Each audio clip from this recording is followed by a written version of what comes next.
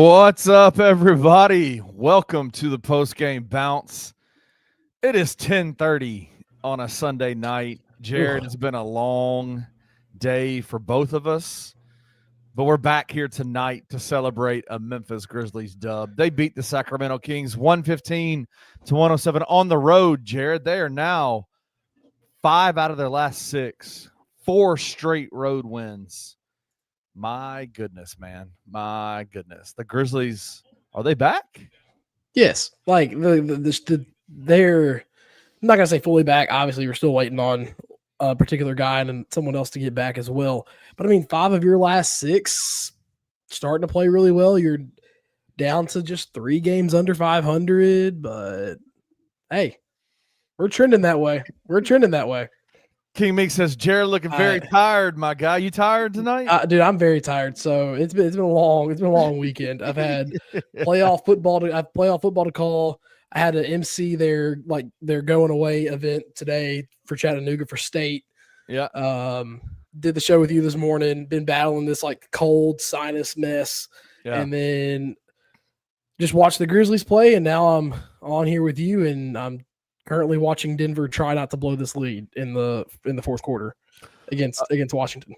So the Wizards. Wow. No. I'm the Broncos. Sunday Night Football. Oh, Sunday Night Football. My bad. I haven't even been paying attention to NFL football today at all. Oh no, with all the college football stuff going on, not at all. Simply mainly because Denver wasn't playing tonight. But Grizzlies win. Well, listen, there's a lot of hard decisions that we have to make. In life. Life is all about hard decisions, right? Yep. Like what kind of career do you want to go into? Who do you want to spend the rest of your life with? Just there's a lot of hard decisions. We do not have a hard decision tonight when it comes to who is the player of the game for the Memphis Grizzlies, and that is one Zacharias Mountain Man Edey. That dude went off tonight, Jared. Went crazy. 32 points, 16 of 20 from the field. That's just dumb. 16 of 20 from the field, 17 rebounds, 5 blocks. Just an unbelievable. He had 5 turnovers, but I don't care about any of that. 32 points, 17 rebounds, 5 blocks. Bro went nuts tonight. Dude, that's 2K numbers on the shot attempts and makes he shot 80% from the field. 80% from the field, just insane. And to do 32-17 and with, like you said, the five blocks, including a couple of those in the fourth quarter that were very clutch. This dude is just so good. And it's crazy because a lot of people out of the draft were like, oh, the Grizzlies just needed that inside anchor to replace Steven Adams. Brother, this man is a hooper. Dude, he is a straight baller. And here's the egregious part of it. He had 32 points tonight and went to the line 1 time and missed that free throw. Yeah, how in the hell is a 7'4" big man who's getting crushed in the paint as much as he does, shooting all of his shots inside the paint, not going to the free throw line more than once a game? That's unbelievable. That's insane. Well, also, too, ever since Ja's been hurt, the Grizzlies as a whole have not been getting to the free throw line a lot. But, yeah, to take all those shots inside, and I guess it's just because you're like, he's 7 He's foot just so 4, big. You can't see it all. Yeah, you can't see it all. That's probably part of it, but still, he made all those contested shots. Like, he was just on one, dude. And he almost had please don't let him score. He had an almost insane putback dunk that they called for an offensive foul because his hand was in the middle of the back. I really thought we were about to get that signature Zach Edey, or the first signature Zach Edey putback slam. Yeah.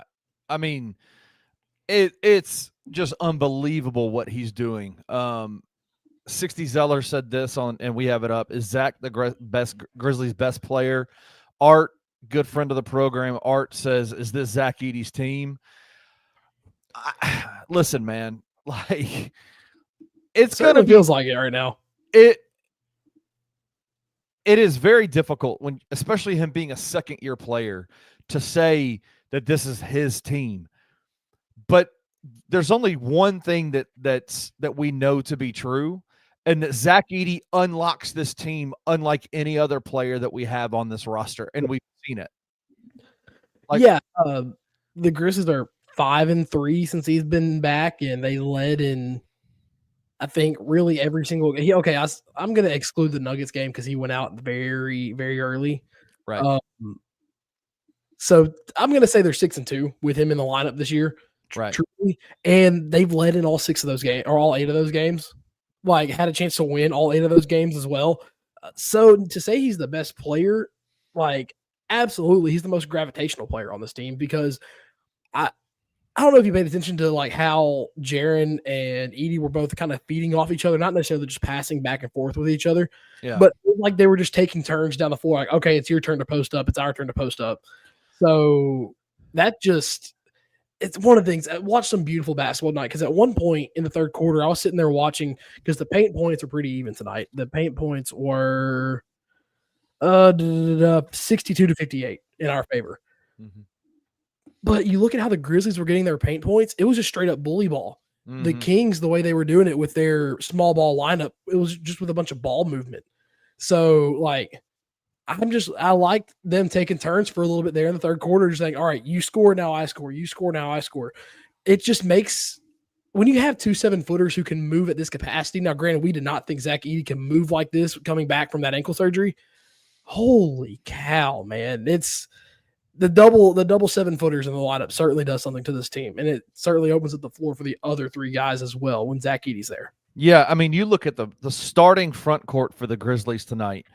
Jaren Jackson Jr. played 34 minutes, 13 points, 6 of 13 from the field, 0 of 2 from the 3-point line, which is fine, right? Like, you still shoot. He still shot them. He still kept defenses honest. He didn't make any, but he only shot 2, so he didn't like go way too crazy with that. 6 rebounds, 5 assists, 1 steal, was a +8 in the plus minus, and then obviously the Zach Edey stat line. The front court for the Memphis Grizzlies absolutely just dominated this game tonight. I mean, from start to finish, every time they were in the game. The reason it was 62-58 in paint points was because Santi and Jock really didn't do a whole lot tonight. No, they didn't. Right? Like, the second string front court with Santi and Jock Landale did not have great games tonight. They were effective in certain spurts. You know, Santi had a couple of really effective spurts, 7 points, 6 rebounds, 4 assists, 1 steal, 1 block. So he filled the stat line up, but he didn't give you your normal 14 and 7, right? Like, he gave you 7 and 6. And so if Santi had played at the same normal rate, that number would have been even higher. The reason why the Grizzlies ended up winning the points in the paint category is because of the starting front court, Zach Edey and Jaren Jackson Jr. And I think what's so interesting about it, somebody said this, I didn't start, and the comments are going way too fast. Just Zach Edey just makes everything so much easier for Jaren and for really everybody else out there. That is the one thing that I think, if we want to talk about, is this Zach Edey's team. He just makes this so much easier for everybody else out there. Yeah, because he, like, you put the ball down there, and not only did I see him a few times see a double team coming and spin in the post the opposite way, but I saw him actually make a couple passes out of it. He didn't have any assists tonight, but he had a couple of passes that led to a better shot. And it's just, yes, you knew he was going to take some of the pressure off, but you didn't expect him to attract this many people into the paint because he's scoring so well this year, and that was his role. Dude, he has to touch the ball every single freaking possession. Like, he has to touch the ball every single daggone trip down the floor. And when he does, it's a beautiful thing to watch. And just Zach Edey, his footwork has gotten really good too. Like, you know, his footwork has gotten so good now. In college, in his rookie season, I think he just relied so much on his size and maybe a little drop step. But dude, it was holy crap. The footwork on some of these post hooks, some of these, step insides, just really good, man. And you and I were kind of talking about it. Zach Edey's got to be a Grizzly for lifer, man. Like, he's got to be. It's one of those. He fits the style.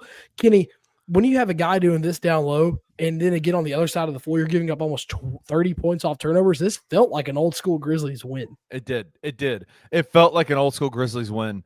They started off hot from the 3-point line. I think they went 6 for 6 to start off the game. Yeah, and then went 3 of 18 the rest of the way. I think they ended the game 9 of 24 from the 3-point line. Just not great. Not great shooting all the way around. I mean, 38%, not great, but it definitely felt like an old school dominant in the paint type of win for the Memphis Grizzlies. And I think what's so interesting about this, and Edward says this. He says people sleep on Zach's IQ. He's really smart on both ends, and he's only getting better. Yeah. Not only that, like it's like the IQ of knowing when to do things, how to make plays in the paint, how to get guys open, where to move his body. He is able to read and react to situations better than a lot of, especially as a second-year player in the NBA. Yeah. But I think what's so crazy about it is we still have to remember this is year 7 of him playing basketball. He's only played basketball 7 years in his life.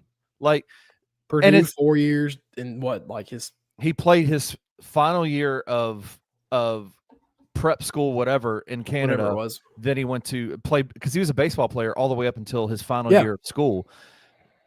Transitioned to college, got found by Purdue, and went to Purdue for 4 years, and now he's been with the Grizzlies for 2. Yeah. This guy is like, and I know a lot of folks made fun of Anthony when we were talking about this last year during the draft process, but Anthony called him a basketball computer, like a savant.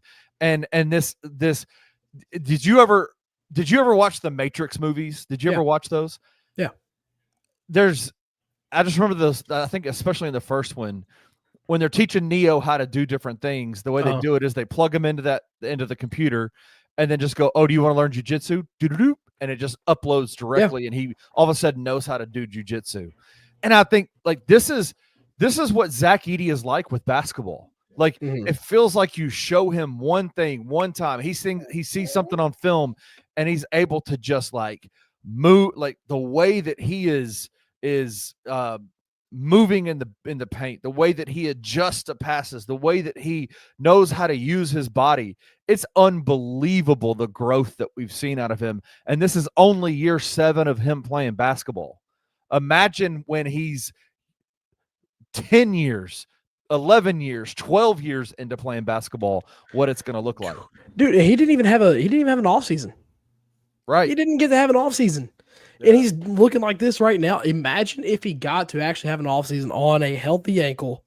Right. Dude, now granted, hopefully all things go well the rest of the season. Knock on wood. If he gets that full offseason after the year he's having right now, everyone's talking about, okay, well, this year started off bad. It's going to be a waste. You still got good shot to make it into the playoffs. But if you get year 3, Zach Edey is going to be quite literally maybe the best big man in the Grizzlies have ever seen and had. I mean, let's be frank about it. He could be, depending on how long Jokic plays, he could be the best big man in the game.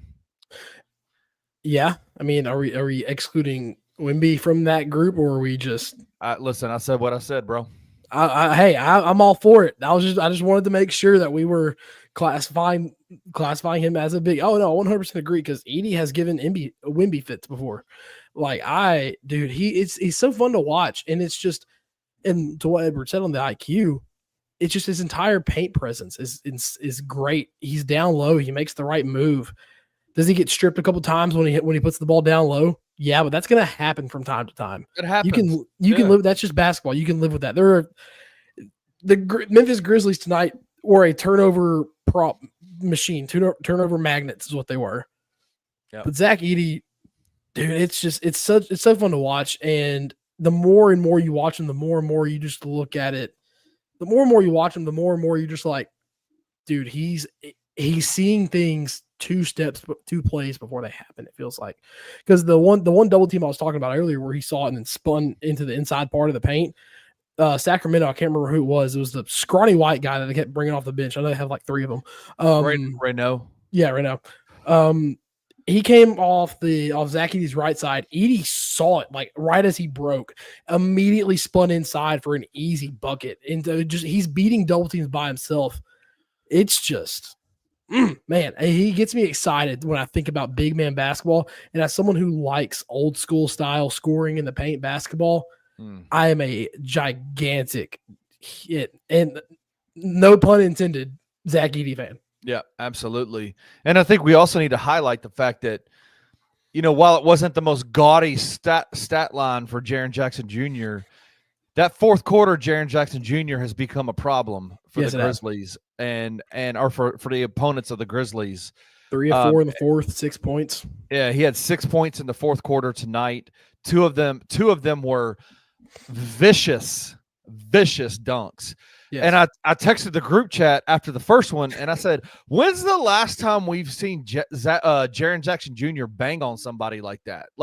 Normally when he's in the paint going to the basket, he has that pretty awesome little left-handed floater that he's really, really good at. How much fun was it to see him just destroy Keegan Murray in the paint in the fourth quarter?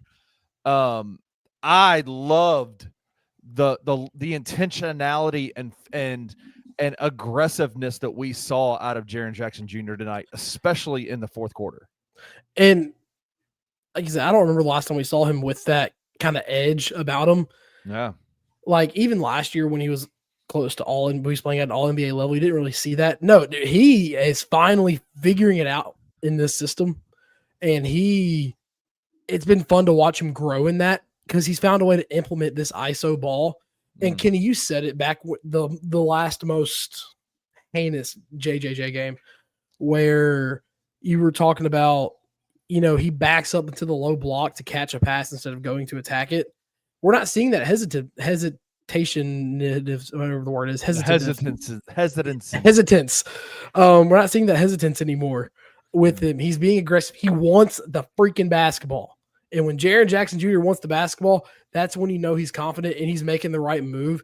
His touch around the rim is getting better. We knew he didn't just forget how to play basketball. Yeah. But that fourth quarter, like you said, tonight, obviously 3 of 4 in the fourth, 6 points, had 1 assist, 2 boards, was a plus 15 in that fourth quarter, along with his fellow 7-footer, Zach Edey. Both of them were plus 15 tonight in the fourth. Art says Jaren, Edey, Santi front court looks solid. We just need a big that could be a lob target for Ja. I think that's Zach Edey. Well, I mean, shoot, you've seen the past several games. Yep. A lot of Vince's assists recently have been lob up passes to Zach Edey. Now, granted, has Edey dunked it on a lob every single time? No. But Vince is lobbing it down low. And I think Ja is starting to see that more and more. He's like, dude, when I get back, he gets a few lobs down low to Edey. They anticipate it. And then that's when Ja has a free lane to the basket. Yeah, the lob threat has, with Zach Edey out there, it's not that he's not a lob threat. It's that I don't think that most of the Grizzlies guards, number one, are really, really good. I think Ja might be the only good Grizzlies guard that's really good at post-entry passes. Yeah. Ja's the only one that really does that well. But I think a lot of it is also, bro, when you got Zach Edey out there and Jaren out there, you don't have to be like super on target with the pass. I mean, you saw that with the there was the one pass in the fourth quarter where Zach had the guy sealed off in front of him, and they lobbed it over, and it was a terrible pass and was going 2 feet out of bounds. Yeah. And Zach's ability to adjust, to move his feet, his hands, like that was one of the things that we talked about last year was, does he have the hands to be able to really be that effective of a post player in the NBA? Bro, that man's got some hands. You saw him even on that really funky pass by Cedric Howard that was like 3 feet behind him. The way that he adjusted in the paint, like off of getting pushed, Zach was able to then move his hips and extended. I mean, just put his paw out there, and that ball stuck to his hands like he had sticky on it. I mean, it's you don't have to be super on target for Zach Edey to get the ball. He's just that big and has that much of a grasp on how to grab the ball, how to catch the ball, that just throw the ball to the rim and he'll get it. And everyone this offseason was like, why haven't we seen any workout videos from the Grizzlies, assuming that they just weren't working out? One thing, when you have an ankle surgery, a lower body injury that you can work on, you can sit there and work on your hands. That's and I guarantee you, Zach Edey, that was probably one of the biggest gripes that the coaching staff and the front office had with Edey after last year. It's like, hey, we know you can be good, but for some reason, everything's bouncing off your hands like children back in 2009 playing wall ball on a brick wall. Like, everything that comes in down low, it just bounces right off. And he's not just catching passes. He looks comfortable catching them as well. And he's catching them. And as soon as he catches them, he's looking either to score right away or make the right next pass. And so it goes along right to the basketball IQ question. Yeah. But yeah, man, it makes me happy to see that we have an old school bruiser big. Yep. Absolutely. So, let's look through some of the other notable box score portions. I think you mentioned it. You touched on it a little bit. The one thing that I think kept this game close throughout, even though the game ended up being an 8-point game, total turnovers. The Grizzlies had 23 total turnovers tonight, which is just egregious. A lot of that. You can't have that in an NBA game. Obviously, Sacramento's not great, and so they still gave up. They conceded 25 points off of those turnovers. Sacramento only had 8 points or 8 turnovers with 7 points conceded off of those turnovers. That number 25-7, if that gets cut in half, then it's a 15 to 20 point. It's win. Another blowout. It's another big win. It's a big win for the Grizzlies. I think, and Brevin talked about it in the broadcast. A lot of those turnovers weren't turnovers that were really forced by Sacramento. They were kind of unforced errors by the Grizzlies. I want to see who had the most. Contavious had 5. Cam had 4. Zach Edey had 5. Those were the 3 top guys in the game in terms of turnovers. Yeah.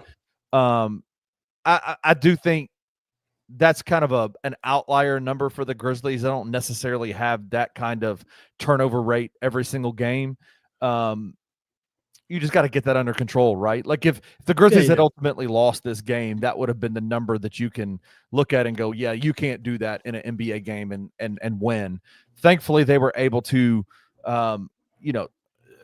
do other things really well, and thankfully it was the Kings that they were playing. And I will say, props to the Kings because they were getting their hands on a lot of passes tonight, and it wasn't like a lot of the passes were terrible. Let's see, 14 of the 23 turnovers were ones that were forced by Sacramento, like getting steals.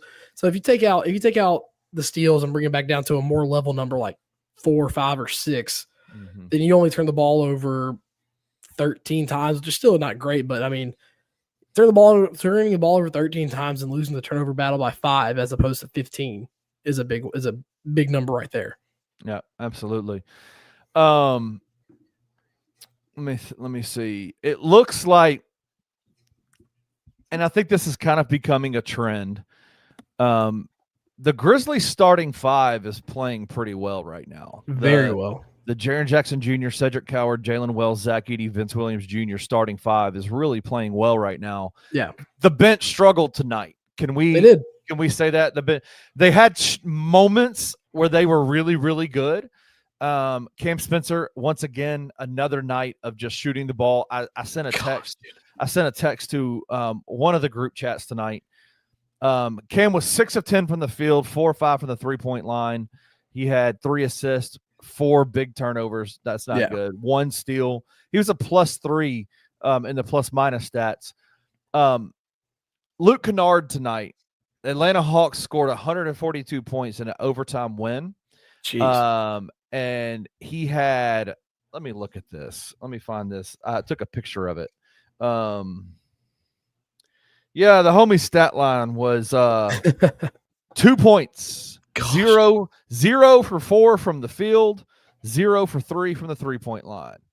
And I don't want to always consistently every time Cam has a good game bang on Luke Kennard, but good God, like that is the guy that had those minutes last year. Yep.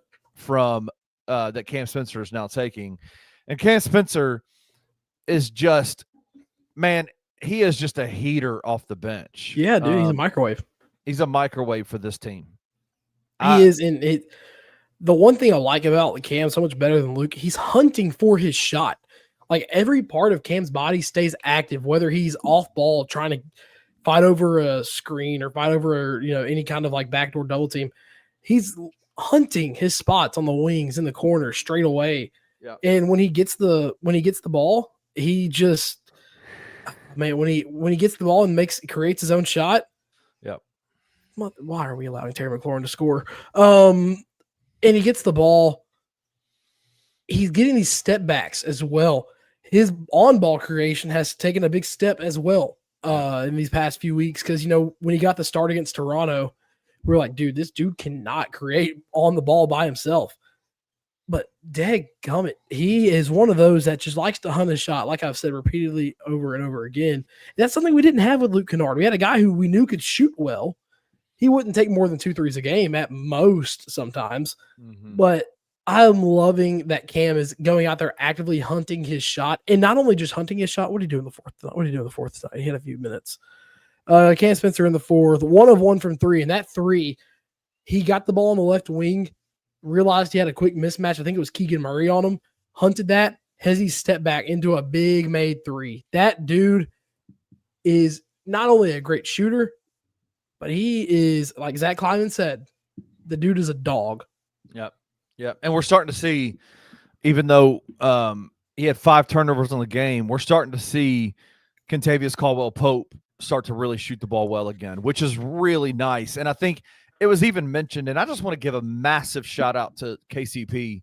Yeah. For, as a veteran, being willing to come to a team that has either, if you want to say 0 veterans, you can say that, or veterans that are not as trustworthy as what you would want a veteran to be, and Jaren Jackson Jr. and John Morant.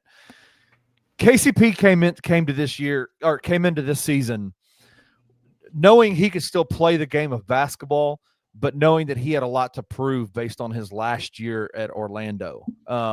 And people were asking the question, right? Like, is he washed? Is he past his prime? And I think at the age that he is, you could say, yes, he's past his prime. But when you're a shooter, you just keep shooting, right? Like, you just keep shooting. And he started off, man, he went 0 for 11 at one point throughout the season with his 3-point shot, was just not shooting the ball well, was becoming a net negative for the Grizzlies. But I love that he has accepted the role that he's been asked to accept, and that's to be a shooter, a stretch the floor guy with the second team, and he is starting to really thrive in that role. Tonight, 13 points, 4 of 6 from the field, 2 of 3 from the 3-point line, 3 of 3 from the free throw line, 3 rebounds, 3 assists.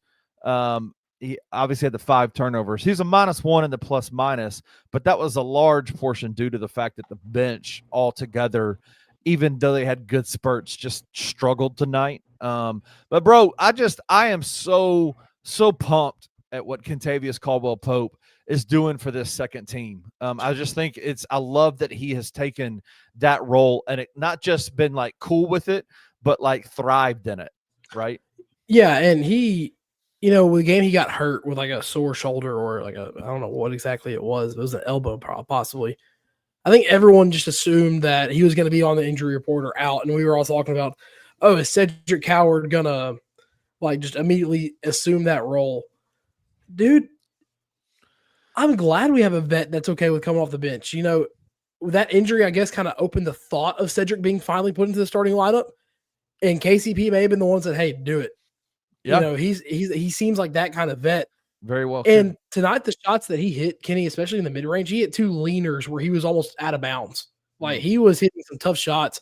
He has been he's been a player's vet. He's doing what the team needs him to do. Yes. And not only is he hustling on the court, you saw it a lot tonight, especially.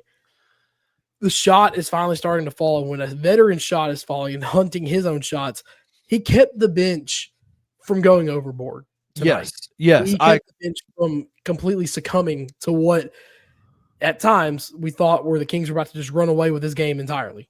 Yeah. I mean, like, let's be frank about it. Santi and Jock did not have great games tonight. And that's I think to be fair, we can make broad assumptions about it, but there's a reason why those guys are lifelong second unit guys who come in and who, when they're hot, when they're on heaters, you ride that for as long as you can. But it's clear that when Santi and Jock didn't have it, that was a large portion of the reason why, you saw Precious Achiuwa have a good game for Sacramento. Yeah. You saw Keegan Murray thriving in the lane against him. You saw Zach LaVine and Russell Westbrook getting to the basket, right? Like you saw them. They weren't really doing a whole lot. KCP and Cam Spencer kept the team in the game when that second unit was in, and allowed for it to not get too far away from the second unit before the starters came back in. And every time on cue the starters came back in, they immediately flipped the game on its head, right? Yeah. And the 2 quarters we lost, Kenny, to bounce off that point. The first quarter, Santi was a -7, Jock was a -12. KCP and Cam were both +2s. Right. In the third quarter, my computer will work. In the third quarter, Santi was -14, Cam was -6, KCP -6, and so was Jock -6. But in that third quarter, the bench only scored 8 points. But, I mean, the 2 quarters that we lost, it just kind of felt like KCP was the guy who just kind of kept it, just within striking distance. And KCP and Cam definitely did, yes. They did. And I want to talk about it because rotations were kind of a big thing. Oh, my gosh, thank the Lord. Sorry, Denver's in overtime, and Washington went for 2 to win it, and they didn't get it. So, full attention now here. But it's just KCP, the way he's kind of finally started to not only come out of his shell a little bit as well. He always was the vet. He is one of those vets that is a very talkative vet. He does this thing like lead by example and also lead by talking. Mm-hmm. He's always talking on the floor. Every single time I look at KCP, whether it's jawing at a ref or talking to one of the guys, his mouth's always moving, dude. It's one of the things that I love about him. Yep. And it's just, I'm glad that he's finally settling in. A rough start to his to a new team for him as well. But KCB has done great. But I would like to see some things start to stagger out a little bit with that bench to bring it all back. Let's do this. I want to have this conversation, and this will be the final part of the show tonight. We're going to make it a quick one because it's 11 o'clock and we're both exhausted. Yep. I kind of understand what Isalo is doing now with these rotations. Yeah. I texted the group chat tonight during the game, and I said, okay, like I know that being a basketball guy, like I'm not supposed to like platoon switches, like hockey lineup, switch. Like I'm not supposed to like that. But I understand why Isalo is doing it, and I kind of like it. Like, and so like you see it in the first quarter, they had obviously the starters came in. Jaren, Cedric, Jalen, Zach, and Vince were playing to start the game. Mm-hmm. And then immediately the one link between the bench unit and the starting lineup is Jalen Wells, right? Jalen stayed on the court. They bring in Santi, they bring in Jock, they bring in KCP, and they bring in Cam. And then after a few minutes, they take Jalen out and bring John in. And for about 3 or 4 minutes, it's a purely bench unit. Santi, Jock, Kentavious, John, and Cam. I know it is not a normal thing to like have massive line changes in a basketball game. That's not normal. No. But I understand why he's doing it. And I think that there's going to be games where you're going to see, like, you're going to have these games where a guy like Santi and a guy like Jock have rough games, and you have to stagger those minutes in a more proportionate way so the game doesn't get out of control.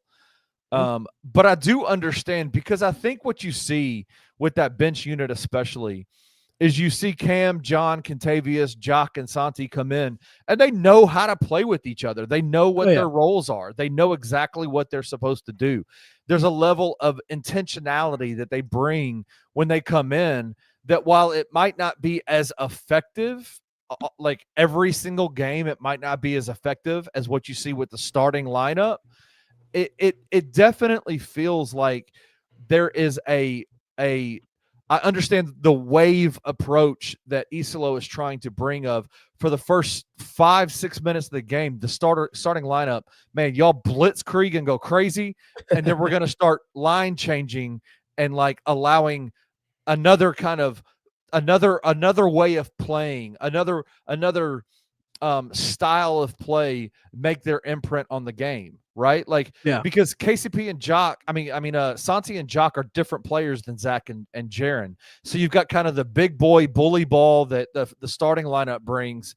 And then with Santi, Jock, Contavious, John, and Cam, there's a lot more movement, a lot more action, a lot more up and down the floor. Boom, boom, boom, boom, boom. And then you start to bring in, after 3 or 4 minutes of that, I think it was 7, they came in, that bench unit came in with 7 minutes left in the second quarter. And then 3 minutes left, you started to see them flow the starters back in.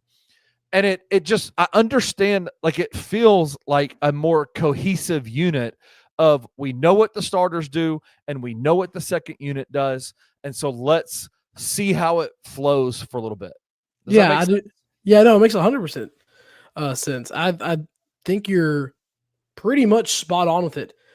And obviously, I think one aspect too is, I think Tuomas wants the most minutes with that main starting, like, 4-guy combination that he has, along with Jaren, Zach, Jalen, and Cedric. I think, and obviously Vince as well. But I think he wants to keep those 4 on the court together as much as possible. And instead of staggering it at times, which we kind of brought up in the group chat earlier tonight, it can work at times.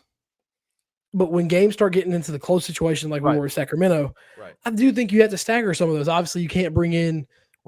I like it early in the game. Let me say that. I like it early in the game when you kind of platoon swap, line change it. And see what works, right? See what works, because, like, Cam and KCP tonight, they were the 2 best guys off the bench. And at the end of the game, obviously Santi was in there. In the fourth quarter, Cam and KCP got the most minutes off the bench, and Santi, he did not. Santi had the least minutes off the bench in the fourth. So he's doing it to see kind of who's hot off the bench that night, I feel like, as well. And so that's one reason why I'm okay with it. I just, at times, when the game's going a certain way, whether it's really good or really bad, I'm not a big fan of bringing 4 guys at once. And I've heard Pete Pranica say the term line switch about 100 times more this season than I ever heard it last year. I like it for some aspects of it, but against a team like an OKC or a Denver or a Houston, I really think that we're going to have to, stagger a whole lot more than go 4 on, 4 off, or 4 in, 4 out. And I think that's a real thing. I think that's the question. King Grizzly asked this a second ago, but does it work against good teams? Yeah, fair question. And I think it's absolutely a fair question. 100% a fair question. The Grizzlies have feasted off of the bad teams this year. Yeah. This 5 out of 6 stretch that they're on has been against teams that they should beat on a normal day-to-day basis, right? They're the teams that are not great. They haven't done very well against the higher echelon teams in the NBA.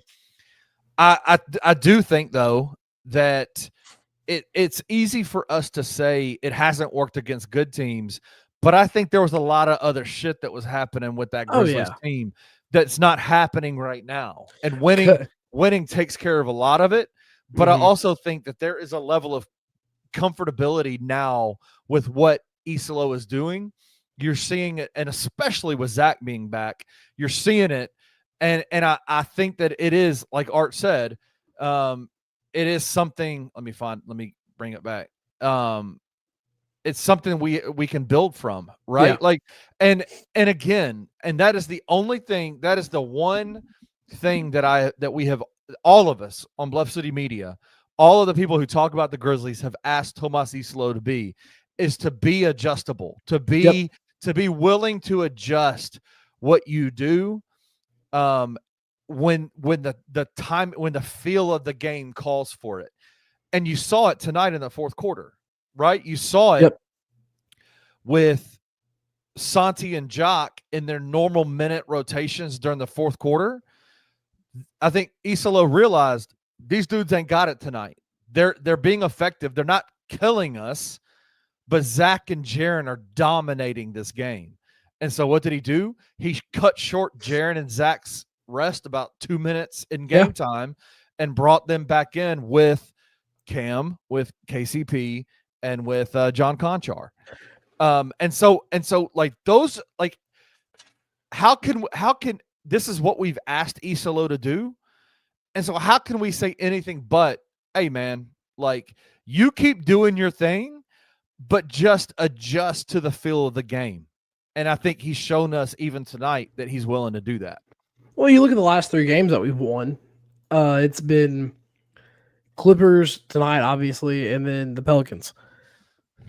In the fourth quarter, he's leaning on his guys a little bit more instead of going to robotic rotation, which is one thing I'll give him a lot more praise over than I ever would Taylor Jenkins, because Taylor Jenkins will pull Jaren out, essentially fouling out one or the other, fouling out Jaren before he has a chance to foul himself out. Now, granted, we have not talked about Jaren Jackson Jr.'s fouls a lot recently as well, because he's gotten a lot more comfortable in the system because he's not fouling as much right now. Yeah. But in the fourth quarter against New Orleans, he rode with Jaren, who got the hot hand, and Edey as well. Same thing with the Clippers. And then same thing here tonight. He sprinkled in those bench guys a little bit, but he rode the coattails of his starters that is all we've really been asking him to in these late games. And that's a big reason why we've won 5 of our last 6, because he's using, the same robotic rotations that will irk every single Grizz fan's nerves from time to time. But when it gets down to crunch time, Kenny, he's finally trusting his guts and trusting his players to lead it on the court. And I'm excited for when Ja gets back in this system as well, because I think he's going to start to like it a lot more, because he's going to have a bit more trust in the fourth. Also, too, in one of, I think it was one of Fisher's, courtside interviews or courtside reports that they had the camera on him, actually. I don't know if you noticed. I think you did. I can't remember if it was you, Rusty, who sent it. But you look in the background of that video, it's a certain player getting along really well with a certain coach. Oh yeah, dude.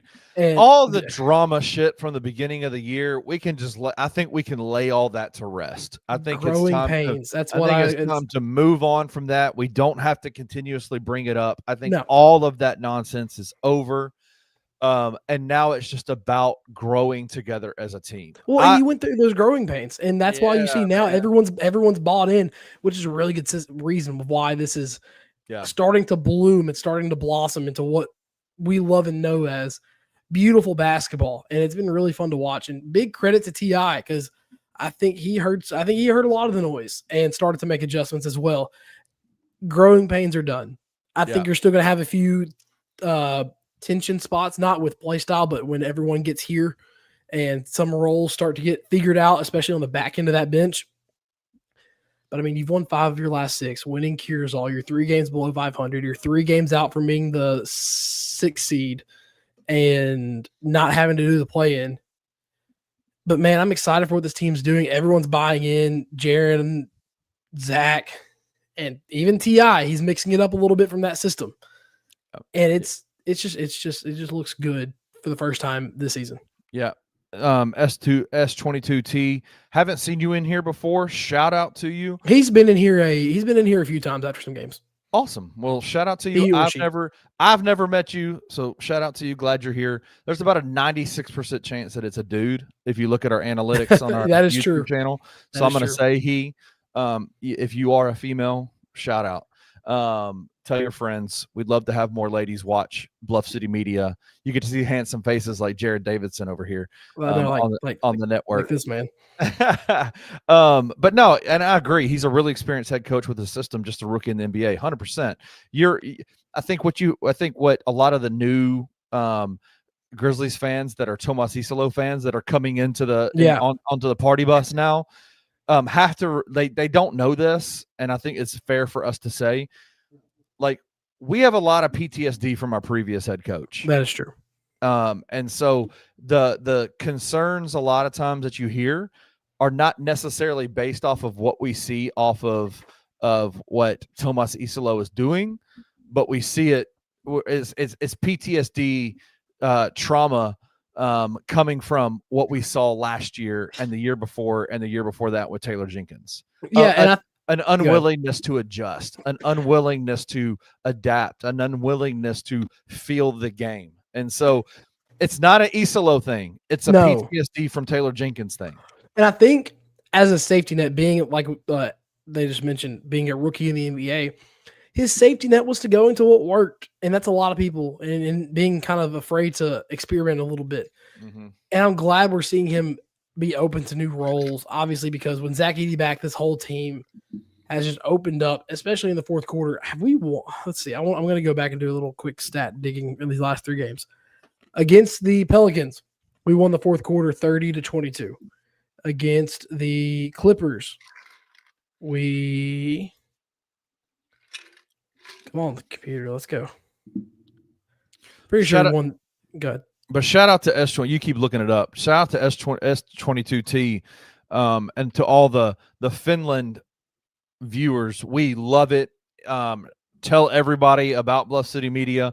If you're new here, you don't know a lot about us, man. We're a company that's been around for 3 years. We have a great time talking about Grizzlies, all things sports. There's a concentration on some of the Memphis stuff, but we talk about it all. So come hang out with us, like, subscribe, hit the notification bell. And yeah, what you said earlier a few minutes ago about Ja Morant, I think is totally true. Once Ja gets back, man, I could see this being, like Art said, if Ja gets back focused, we'll make a major run. We'll be top 4 by the deadline. That's tough. That's tough. I like here's why I even put this up. There are certain people that would put that comment up, and I'd be like, nah, come on. But Art is a notorious curmudgeon a little bit. Our good friend, he's very hard on this team. Yeah, our good friend from Brazil, Art Duarte, is a notorious curmudgeon about this team, and so I can appreciate when Art says this. I go, maybe we should pay attention. Maybe we should. And so yeah, in each of the last 3 games, the Grizzlies have won the fourth quarter by 8 points, by 12 points. Where crunch time matters. And we've won those games I think we beat the Clippers by 7. We went to overtime with the Pelicans. And then tonight, obviously, we win by 8. So he's adjusting and adapting in the fourth quarter, which is really the main thing we wanted to see. And he's doing it. It's all we wanted. He's going off of rhythm. He's starting to not just talk the talk, Kenny. He's starting to walk that walk too. And we are trending in such a good direction going into this last game of the road trip in a much needed rematch with San Antonio. And I'll just say this, man. Dude, I haven't been as excited about a young big man in this league as I am Zach Edey. And I love what he offers this team. He is, and I know he's the 9th pick in the draft, so of course he's supposed to be good, whatever. But shout out to Zach Kleiman for going and getting his guy and not backing down from, I see something in this guy and I want to make, I think I can turn him. When all the other big NBA guys, all the other big NBA analysts and people that know the game were saying he'll never succeed in the NBA, brother, Zach Edey is looking like he could be the best big man in the game for many years to come. And that pick took some balls to pull off, because obviously, because in college you're like, you're very tentative of when a big man in college wins National Player of the Year, because the one before Zach Edey won it, I believe, back to back. It was Oscar Tshiebwe. Yeah, and he's on a G League roster somewhere right now, I believe. And the whole thing about Edey is like, oh, he gets away with fouls. They call the fouls on him because he's 7'4", and all you can do is hit him. That pick took some balls to go and pull off, and he knew he needed to replace Steven Adams somehow because Kleiman saw how good this team was with Steven Adams on the floor, and it's been better. Zach Edey has lapped Steven Adams already. Oh yeah, 100%. Me saying that, not even close. Yeah, not even close. Me saying that was just this team's need of a present big man. Well, they went and got the best possible option. Yes, they could have. And so shout out to them. Who do we got next up? Tuesday against San Antonio. That's going to be a fun one. I don't think Wemby's available. Doesn't he have the calf strain? I think he does. I think he's still out with the calf strain. So that'll be disappointing because I'd like to see Edey and Wemby play against each other. But yeah, that'll be a fun game in San Antonio. That should be a fun one. Hopefully the Grizzlies can get still out. Yeah, hopefully the Grizzlies can get. They're 5 of 6 in their last 6.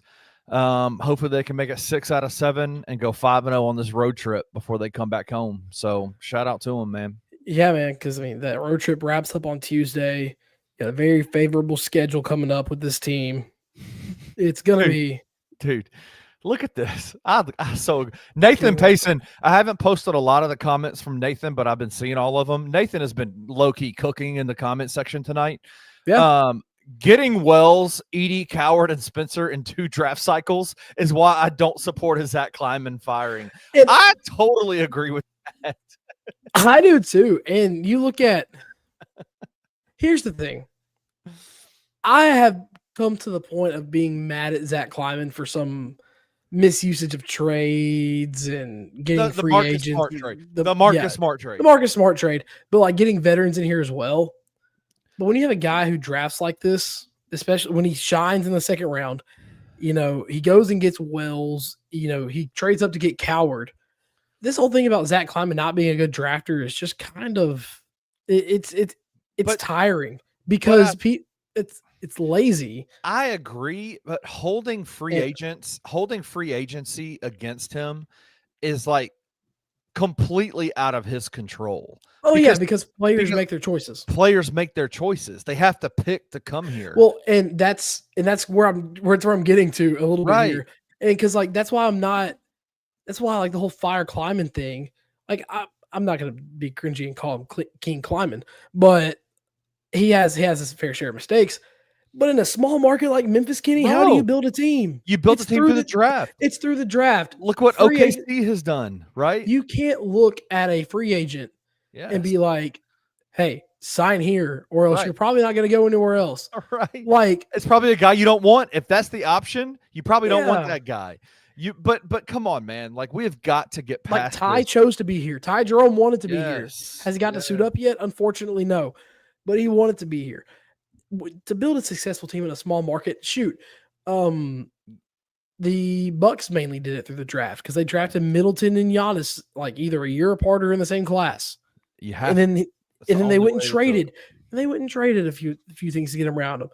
Kleiman they knew he needed to get off one of the big contracts upcoming. He got off Bane. He was able to snag KCP in that trade and then use 2 of those picks to go get Cedric Coward. Yeah. Zach Kleiman is doing what he needs to do to try to get this team to be somewhat of a contender in the next few years. And he's doing it in the only way you can do it in a small market, which is why I'm never going to get upset at him, about free agents. Like now, if there's something that comes out that, something just we fumbled on a free agent that wanted to be here, that's a different story. None of that's come out. Yeah. But man, he has, besides the 2022 draft with Zaire and them, he has just been good in the draft, and he's trying to build this team. So, and Art is a big proponent of splash trades and free agent signings. As difficult as this sounds, the splash trade that he made was maximizing Desmond Bane's value. Yes. Right? Like getting what he got back, getting assets back for a guy that nobody thought had the value that he did. He took that got laid in his lap, and he took that. He didn't say, you know what, I got to keep Desmond. No, he said, man, we got to move off Desmond. Yeah. I do think, and Anthony has said this on his show numerous times, I do think they're going to be active in this trade deadline time. Well, that's been the talk since the offseason. Right. And I think you'll see. Yeah, Detroit drafted Middleton. I thought that was the case. Okay, I couldn't remember if he ever. I think your point still stands. OKC did go make a couple of splash free agent signings. They got Isaiah Russo, and did you see this? Isaiah Hartenstein's number 7 in the MVP voting right now in FanDuel. We started on that. It's crazy, but so I do think there's going to be moves. Vote, so that acquires to nothing. Yeah, I think that they will be active. I think they will make some moves. I do think that you will see a somewhat of a consolidation trade during this trade deadline situation, and I think it could possibly be KCP and BC combined to go get somebody. Yeah, unfortunately, I think that's probably who it's going to be, which is fine with me. But I get it, but 9 times out of 10, you're building a team through the draft, and Kleiman has shown that he can do that very well. And then you just go fill in pieces. So yes, and Art has been all over Lauri Markkanen. If they can get Lauri Markkanen, go get him. But we'll see. My only thing I'll say on that, you moved off of a big contract to get off of a big contract, and that's a big contract to bring in here. But I mean, that's besides the point. The Grizzlies win tonight. They look good. The future of this team the rest of the year looks good. Have a favorable schedule through New Year's Eve. I'm excited, Kenny. I'm excited about this team finally after a slow start that included about 10,000 speed bumps. And we are on the right track. And that's all you can ask for right now after a brutal start against a brutal schedule. Absolutely. Well, Jared, you got anything else before we get out of here? Go Grizz, and I'm tired. Absolutely. Hey, listen. It has been a crazy weekend for us over here at Bluff City Media. We have a lot of college football stuff we've talked about. We went live twice to talk about college football coaching carousel, Lane Kiffin talk, Ryan Silverfield to Arkansas. Lots of stuff going on. Check those things out on our YouTube channel. Every Monday, Tuesday, Wednesday, Thursday, Friday, we have a daily live show lineup starting at 7:30 in the morning with the Daily Grind and Luke Hatmaker. Sometimes every once in a while you'll see Jared Davidson on there. Luke, usually last half of the week. Luke stopped inviting me because I was destroying. I am the only undefeated It's a Trap player at BCM. Now tell them how many times you've played. I have played once, and I am 1-0. I am the only undefeated, but I am undefeated. And so he stopped inviting me because I was dominating. Scalabrini. So Luke Hatmaker at 7:30 with the Daily Grind. Great show. Get you started early in the morning. 11 o'clock with the $2 Sports Show with Drew Gann and Rusty Witten. Come hang out with them tomorrow. I guarantee you is going to be a crazy show. It is. They got into it. We did a special edition of the show today talking about the Lane Kiffin situation at Ole Miss. And Drew got a text after the show saying, "Hey, bro, you and Rusty sounded like y'all were really fighting." And it was Rusty's mom, wasn't it? Well, I don't want to put all the information. My bad. Rusty and Drew are best friends, and they got into it a little bit. That show is hilarious. They get after each other. It is fun. The $2 Sports Show at 11, and then at 1 o'clock, the Anthony Sane Show with I helped produce that show. We have a great time. Anthony is awesome. Yeah, I think he's one of the best in the city at what he does. He's the underground king of Memphis sports media. Come check us out. And then throughout the week, we'll have other weekly shows that we do. But starting tomorrow, once again, back with the daily live shows. And we'll see y'all there, man. But anyway, shout out to the Memphis Grizzlies, 115-107 against the Sacramento Kings. They are now 9-12 on the year, won 5 out of the last 6. Jared, I appreciate you, brother. Appreciate you, my man. All right. We'll see y'all back here next time. Peace.